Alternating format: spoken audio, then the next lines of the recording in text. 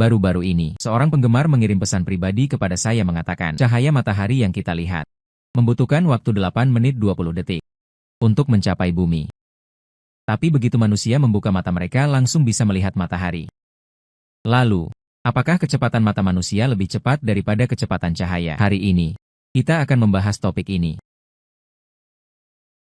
Sebelum menjawab pertanyaan, pertama-tama kita perlu tahu apa itu cahaya. Cahaya sebenarnya adalah gelombang elektromagnetik yang terlihat. Pada dasarnya terdiri dari foton. Ia memiliki dualitas gelombang partikel. Di alam semesta merupakan batas kecepatan gerak materi. Setiap benda yang memiliki massa diam tidak mungkin melebihi kecepatan cahaya. Namun, meskipun kecepatan cahaya sangat cepat, tetapi ia masih memiliki nilai tetap, yaitu 300.000 km per detik. Ini berarti cahaya juga membutuhkan waktu dalam proses perjalanannya. Misalnya matahari kita. Ia adalah satu-satunya bintang dalam tata surya yang dapat memancarkan cahaya sendiri. Berjarak sekitar 150 juta kilometer dari bumi. Ketika foton matahari mulai dari permukaannya, akan terbang menuju bumi dengan kecepatan 300.000 km per detik dan jarak 150 juta kilometer ini. Foton akan membutuhkan waktu 8 menit 20 detik untuk mencapainya. Jadi,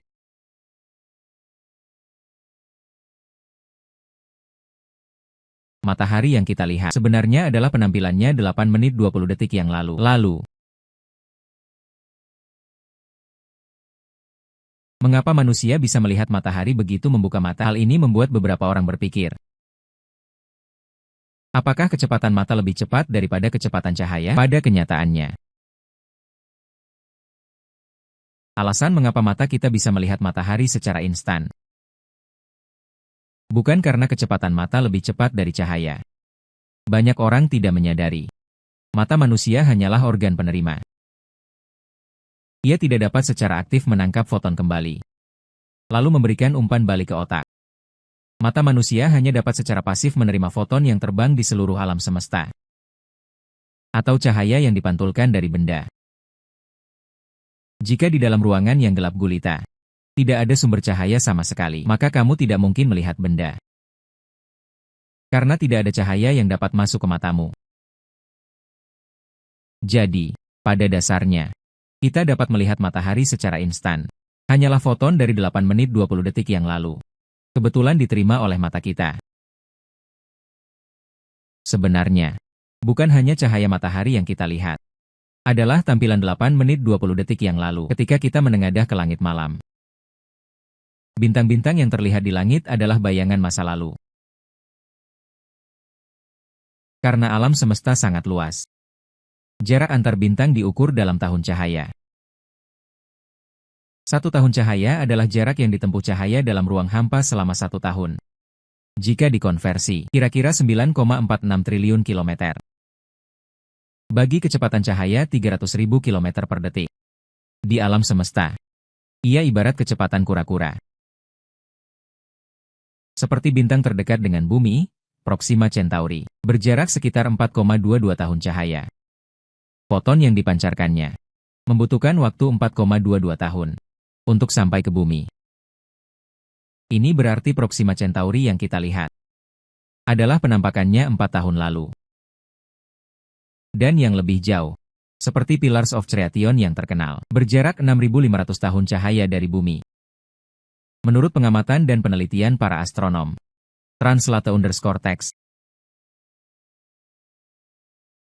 Di dalam pilar penciptaan terdapat beberapa bintang yang akan segera hancur. Artinya, bentuk pilar penciptaan ini mungkin telah hancur. Hanya saja kecepatan rambat cahaya terbatas saat ini. Yang kita lihat hanyalah penampakannya dari 6.500 tahun yang lalu. Bentuknya saja. Sejak ledakan kehidupan Kambrium 540 juta tahun yang lalu. Evolusi makhluk hidup di bumi dapat dikatakan penuh bencana dan kesulitan. Melihat kembali seluruh bumi, melihat kembali seluruh sejarah bumi. Pernah terjadi 5 peristiwa kepunahan massal. Setiap kali peristiwa terjadi, akan menyebabkan 80% spesies di bumi menghilang, dan kita manusia Justru karena kepunahan dinosaurus 65 juta tahun yang lalu, baru beruntung bisa naik ke panggung.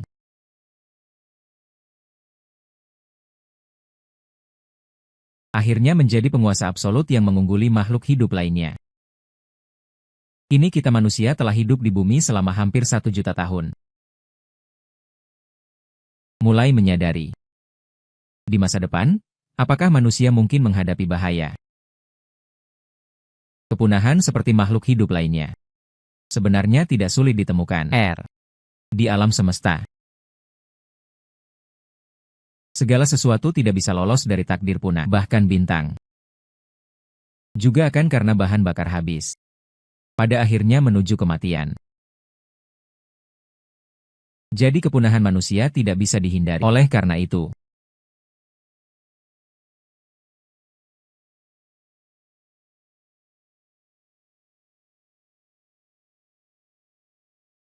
ilmuwan juga memprediksi beberapa kemungkinan kepunahan manusia di masa depan. Kita tahu ada banyak asteroid di sekitar bumi.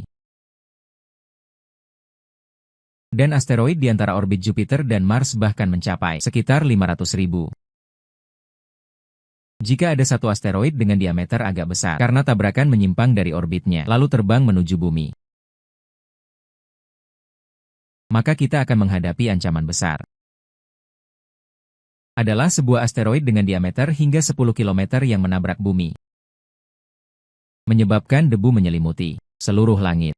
Lingkungan ekologis hancur. Akhirnya dinosaurus menuju jalan kepunahan. Jadi tabrakan asteroid selama ini dianggap sebagai salah satu ancaman terbesar umat manusia. Matahari sebagai sebuah bintang. Di dalamnya setiap saat terjadi reaksi termonuklir. Dan justru pelepasan energi inilah yang selalu membawa cahaya dan panas ke bumi. Namun matahari tidak akan terus membakar dengan stabil seperti ini. Karena di dalam matahari, sejumlah besar elemen secara bertahap berubah menjadi. Ini berarti kepadatan inti dan tekanan akan meningkat. Sehingga membuat reaksi termonuklir lebih hebat. Menurut para astronom bagian ini, menurut perhitungan astronom, kecerlangan matahari meningkat sekitar 10% setiap miliar tahun. Translate_text. Dan 10% ini dapat menguapkan air cair di bumi hingga hilang pada saat itu.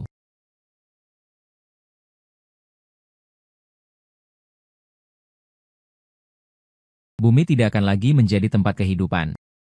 Sejak manusia memasuki revolusi industri. Meskipun teknologi kita berkembang pesat, tetapi juga merusak atmosfer bumi menurut statistik.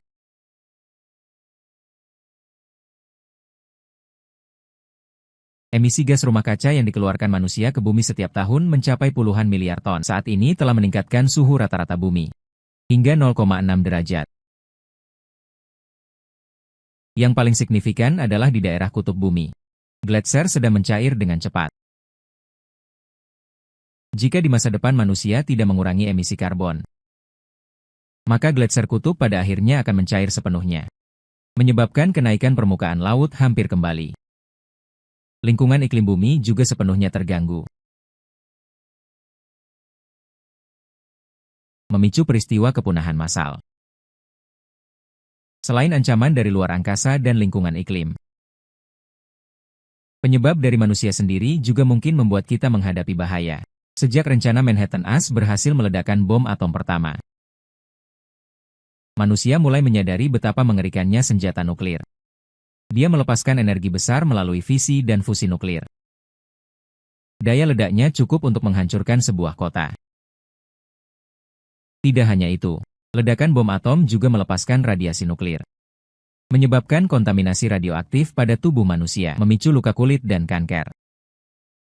Pada masa Perang Dunia Kedua, bom Little Bay yang dijatuhkan Ash ke Jepang menyebabkan 200.000 kematian.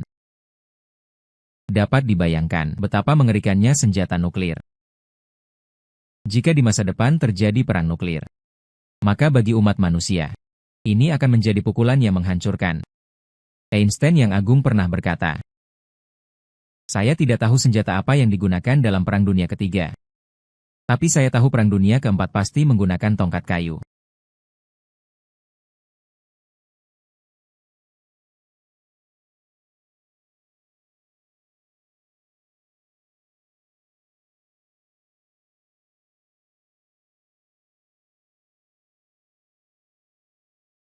Seiring kemajuan sains, manusia perlahan mulai memahami alam semesta. Lalu menemukan bahwa kita sangat kesepian di alam semesta. Sejak abad terakhir, para ilmuwan terus mencari peradaban alien di alam semesta.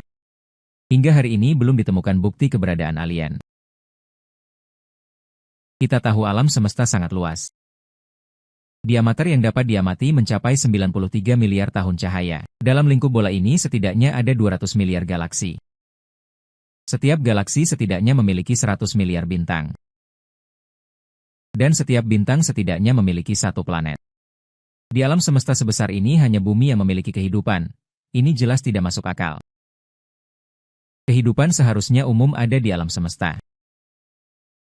Lalu anggaplah benar ada peradaban alien di alam semesta. Dan suatu hari datang ke bumi. Bisakah mereka hidup berdampingan dengan kita? Pertama, peradaban alien bisa datang ke bumi. Dapat dibayangkan teknologi mereka jauh melampaui imajinasi kita. Kesenjangan mungkin setara dengan manusia purba 3 juta tahun lalu dengan manusia modern. Kemungkinan hidup damai dengan kita sangat rendah. Karena sumber daya di sebuah planet terbatas. Peradaban alien dalam proses perkembangan pasti akan menghabiskan semua sumber daya di planet induknya. Jika mereka ingin melanjutkan peradaban, pastinya harus meninggalkan sistem bintang tempat mereka berada, pergi ke alam semesta untuk mencari planet berkoloni yang memiliki sumber daya. Menemukan bumi juga pasti bertujuan untuk mengkoloni bumi atau merampas sumber dayanya. Sama seperti ketika Columbus menemukan benua baru. Para penjajah Eropa memperlakukan orang Indian dengan kejam. Dan bahkan jika mereka tidak menghancurkan kita. Hidup berdampingan secara damai hampir tidak mungkin. Mungkin kita adalah subjek eksperimen mereka. Atau mungkin dipelihara seperti hewan peliharaan. Kita tidak bisa tidak berpikir. Sebuah peradaban alien setelah melalui berbagai kesulitan, menempuh jarak puluhan tahun cahaya untuk datang ke bumi. Hanya untuk hidup berdampingan secara damai dengan manusia sepertinya tidak meyakinkan. Jadi jika benar ada peradaban alien yang datang ke bumi, ini bukanlah hal yang baik bagi kita.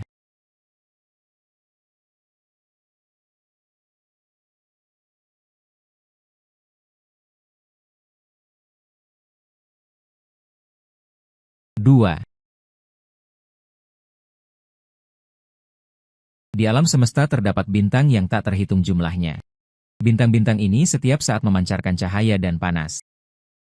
Matahari yang berjarak 150 juta kilometer adalah bola api plasma yang menggunakan fusi unsur hidrogen sebagai sumber energinya. Suhu permukaan matahari mencapai 5.500 derajat Celcius. Jadi bisakah kita mendarat di matahari di masa depan? Kesulitan apa yang perlu diatasi?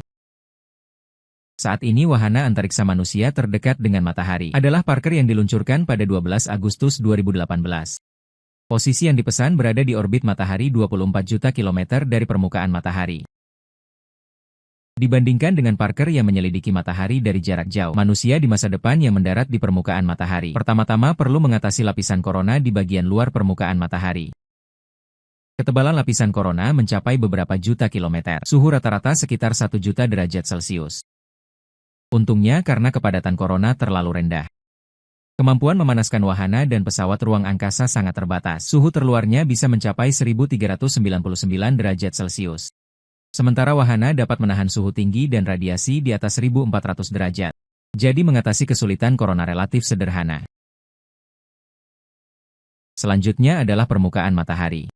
Suhu permukaan matahari mencapai 5500 derajat yang mengerikan. Hampir dapat melelehkan semua materi di bumi.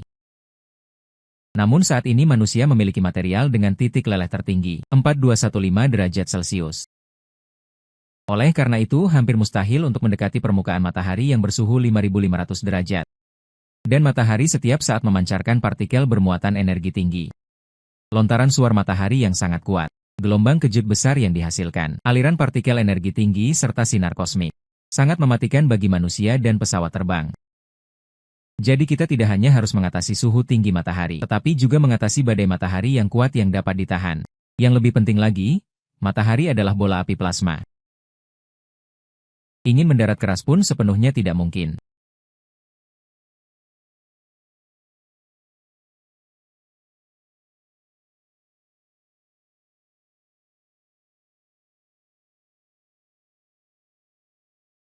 Bicara tentang alam semesta, kita akan berpikir tentang ruang yang luas tak berbatas. Sejak manusia mengenal alam semesta, langsung menemukan bahwa manusia hampir tak berarti bagaikan debu. Bumi pun hanyalah sebutir debu. Lalu kita sering bertanya seberapa besar alam semesta. Apa yang ada di luar alam semesta? Sebenarnya alam semesta adalah sebutan untuk segala sesuatu yang mencakup waktu, materi, dan ruang. Semua ini dapat disebut sebagai alam semesta. Saat ini jangkauan alam semesta yang dapat kita amati adalah ruang bola yang berpusat pada bumi. Diameter mencapai 93 miliar tahun cahaya. Namun ini bukanlah ukuran alam semesta yang sebenarnya. Karena di luar 93 miliar tahun cahaya, kita tidak dapat memperkirakan. Pada tahun 2013, satelit Planck dari Badan Antariksa Eropa, peta panorama radiasi latar gelombang mikrokosmik yang dikirimkan menunjukkan alam semesta tercipta sekitar 13,8 miliar tahun yang lalu. 38.000 tahun setelah kelahiran alam semesta, cahaya paling awal terbentuk. Artinya kita dapat menerima cahaya yang terbentuk 38.000 tahun setelah kelahiran alam semesta. Namun alam semesta terus mengembang. Melalui laju ekspansi alam semesta terbaru yang diperoleh 67,15 km detik megaparsek untuk menghitung. Dari bumi mengamati ke setiap arah. Radius alam semesta mencapai 46,5 miliar tahun cahaya. Karena itu, di luar alam semesta yang kita pahami sebenarnya masih alam semesta. Hanya saja kita tidak dapat memperkirakannya. Dan seberapa besar alam semesta yang sebenarnya? Tidak ada yang bisa memberikan jawaban.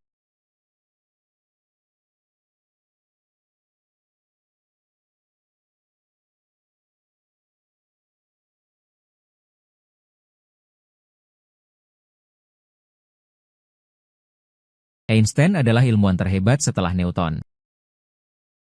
Tahun 1905 dikenal sebagai tahun keajaiban Einstein. Pada tahun ini ia membuka era baru dalam fisika dan mengajukan hipotesis kuantum cahaya yang berhasil menjelaskan efek fotolistrik, sehingga memenangkan hadiah Nobel Fisika tahun 1921. Tetapi mereka yang mengenal Einstein tahu bahwa relativitas khusus tahun 1905 dan relativitas umum tahun 1915 adalah puncak karir fisika teoretis Einstein. Lalu apa alasan Komite Nobel lebih memilih memberikan penghargaan untuk efek fotolistrik daripada memberikan untuk relativitas khusus dan umum? Sebenarnya akar masalahnya bukan pada Einstein, melainkan pada tingkat ilmu pengetahuan dan teknologi saat itu. Karena pemikiran relativitas terlalu maju untuk zamannya. Rumus kesetaraan massa energi dan rumus dilatasi waktu dari relativitas khusus sama sekali tidak dapat diverifikasi dalam kondisi teknologi saat itu. Demikian pula dengan lubang hitam yang diprediksi relativitas umum, gelombang gravitasi, dan lensa gravitasi. Meskipun pada tahun 1919, ilmuwan Inggris Eddington memverifikasi relativitas umum, Komite Nobel menganggap proses verifikasinya terlalu kasar dan tidak cukup akurat, dan tidak terlalu memahami teorinya. Oleh karena itu, relativitas umum juga tidak memenangkan hadiah Nobel Fisika. Sebenarnya pada saat itu, teori relativitas pernah dinominasikan oleh banyak ilmuwan dan bahkan didukung penuh. Sementara Komite Nobel, dalam situasi dilema, terpaksa menggunakan cara tidak langsung melalui efek fotolistrik, akhirnya memberikan hadiah Nobel kepada Einstein. Kemudian teori relativitas terbukti kebenarannya langkah demi langkah. Einstein juga telah meninggal dunia. Oleh karena itu, tidak lagi berkesempatan memenangkan hadiah Nobel. Sebenarnya, baik teori relativitas maupun efek fotolistrik, prestasi teori dasar yang khusus dimiliki Einstein ini tidak memerlukan Komite Nobel untuk menambah nilainya. Karena meskipun Einstein tidak pernah memenangkan satu hadiah Nobel pun seumur hidupnya, posisinya dalam dunia fisika modern tetap tak tergoyahkan selamanya.